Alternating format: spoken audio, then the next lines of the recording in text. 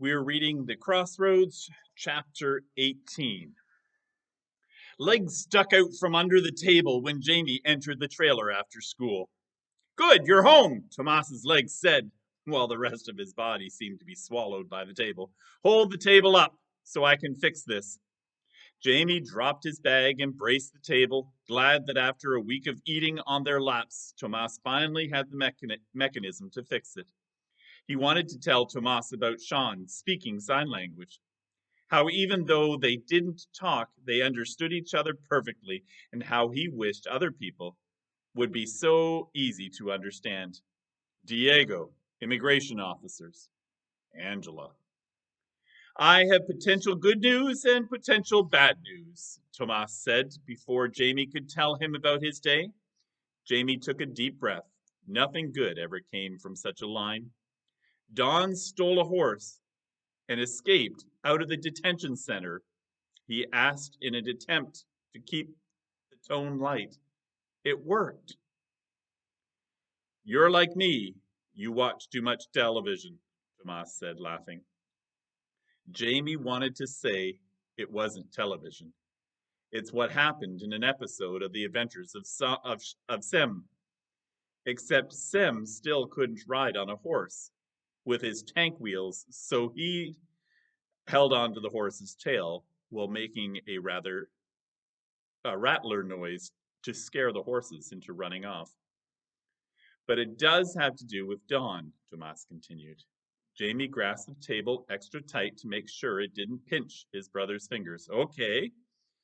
So I misunderstood. The lawyer has set up a trial, which is good, but it's only to get him out of jail. It doesn't mean that he won't still get deported later on.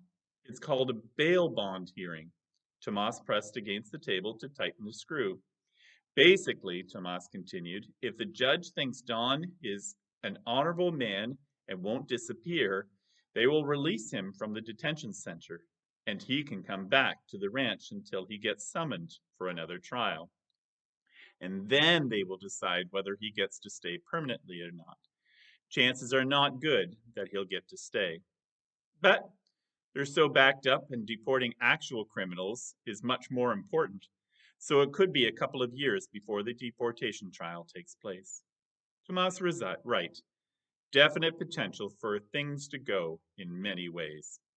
Don might still get deported, but in years, years. Jamie's own life had changed the moment Magwell had been murdered. So much could change in years. But he gets to come home in the meantime. If the judge thinks he's trustworthy, Tomas repeated. If not, then he stays in jail, but would most likely be moved to a different facility, maybe thousands of miles away, where they have more space. We can't let that happen. But how do you prove someone is trustworthy? Jamie wondered. It wasn't like Don went around with a camera recording his every move, like in reality shows, and everyone knew those weren't real anyway. Still, there had to be a way. So he'll only get moved in this hearing if this hearing doesn't go well. That means we just have to convince the judge to let him go. And then a lot of money has to be paid to make sure John attends his deportation trial. See if the table holds. Jamie let go of the table. It stayed upright, and that hardly seemed important. "I can help raise the money. I sold my art before," Jamie reminded his brothers. Of course, that had been to gringo tourists. And out here in the middle of ranch land, there were no tourists. And at school, we have things that we call bake sales, which the kids love.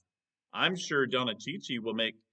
Tomas slithered out from under the table and put his arm around his little brother, giving him a playful shove. "A bond is usually several $1,000s. That's a lot of cookies and sketches. But don't worry about that. Mr. George may be a lot of things I don't like, but he's always been fair where money is concerned. He'll take care of covering the bond." Perfecto. What was the problem then with all this potential business? This sounds fantastic. Sure, there was still the deportation trial, but they had years to figure something out.